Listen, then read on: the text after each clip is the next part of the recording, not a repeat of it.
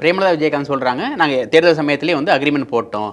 Rajya Sabha seat எங்களுக்கு தான் சொல்லிட்டாங்க. வேட்பாளர் வந்து ஒரே நேரத்துல அறிவிப்போம் அப்படின்னு பிரேமலதா விஜயகாந்த் சொல்றாங்க. எடப்பாடி சொல்றாரு, நாங்க அப்படியெல்லாம் ஒண்ணும் சொல்லல. அக்ரீமெண்ட்ல இருக்கா அப்படின்னு கேட்கிறாரு. ஒரு பெரிய ஒரு அதிர்ச்சியான விஷயமா தான் இருக்குது. ஏன்னா வந்து பிரேமலதா வந்து இப்போ சொல்லல. அவங்க வந்து டே ஒன்லேருந்தே சொல்லிட்டு இருக்காங்க. இப்போ ரீசெண்டாக அவருடைய நினைவு நாள் வந்தபோதும் திரும்ப அதை சொன்னாங்க.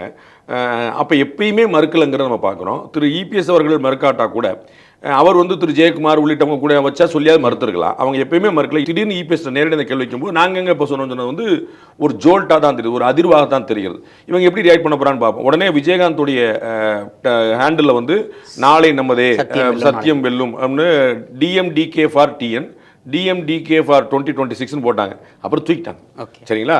அப்போ எப்படி ரியாக்ட் பண்ணுவோங்கிற பார்த்துருப்பாங்க. ஏன்னா இவங்கள்ட்ட ரிட்டர்னில் ஏதாவது இருக்குதாங்கிற பார்க்குறேன். திமுக காங்கிரஸ் கூட்டணி அமைஞ்ச போது எந்தெந்த துறையெல்லாம் கொடுப்போம் கொடுக்க மாட்டோன்னு ஒரு சர்ச்சை வந்து இவர்களுக்கு எழுதி கொடுத்த துறையை கொடுக்க மாட்டேன்னு சொல்லிச்சு காங்கிரஸ். இன்னைக்கு இணக்கமாக காங்கிரஸும் திமுகவும் அண்ணன் தம்பியாக உட்காந்துருக்காங்களே. கலைஞர்கிட்ட கமல்நாத் வந்து எழுதி கொடுத்தார். எழுதி கொடுத்ததை கப்பல் போக்குவரத்து மற்றும் தரைவழி போக்குவரத்து ரெண்டும் சேர்த்து கொடுக்குறேன்னு சொல்லி சொன்னதை எழுதி கொடுத்ததை முடியாது, ரெண்டு தனித்தனி டிபார்ட்மெண்ட் ஏதாவது ஒன்று தான் தர முடியும்னு சொல்லிட்டாங்க. அவர் வந்து எழுதுனதை காட்டினார். இப்படி பண்ணார். அதை மாதிரி இங்கே ஏதாவது வந்திருக்காங்கிறத இவங்க போட்டு டீல் பண்ணிட்டாங்க. பிரேமலதா அண்ணி வந்து சொன்னாங்கன்னா நமக்கு அது வெளியே தெரியும். பட் நான் புரிஞ்சுக்கிறது, என்னுடைய அப்சர்வேஷன் பார்த்தீங்கன்னா அவங்க இது நாள் வரைக்கும் அதை ப்ரொஜெக்ட் பண்ணிட்டு இருந்ததை பார்த்தா அவங்களுக்கு ஒரு வாக்குறுதி கொடுக்கப்பட்டிருக்கும் போல தான் தெரிஞ்சது. ஏன்னா இவங்க ஒரு நாள் கூட மறுக்கல. அவங்க எல்லா சந்தர்ப்பமும் இருந்தது. பட் மறுக்கலங்கிறனால சொல்ல முடியாது. அவங்க ஏதாவது ரிட்டர்னில் காட்டுறாங்களா, ஓரலாக சொன்னாங்களா, என்னைக்கு எப்போ நடந்துச்சுங்கிறத அவங்க சொல்லுவாங்க. We can wait.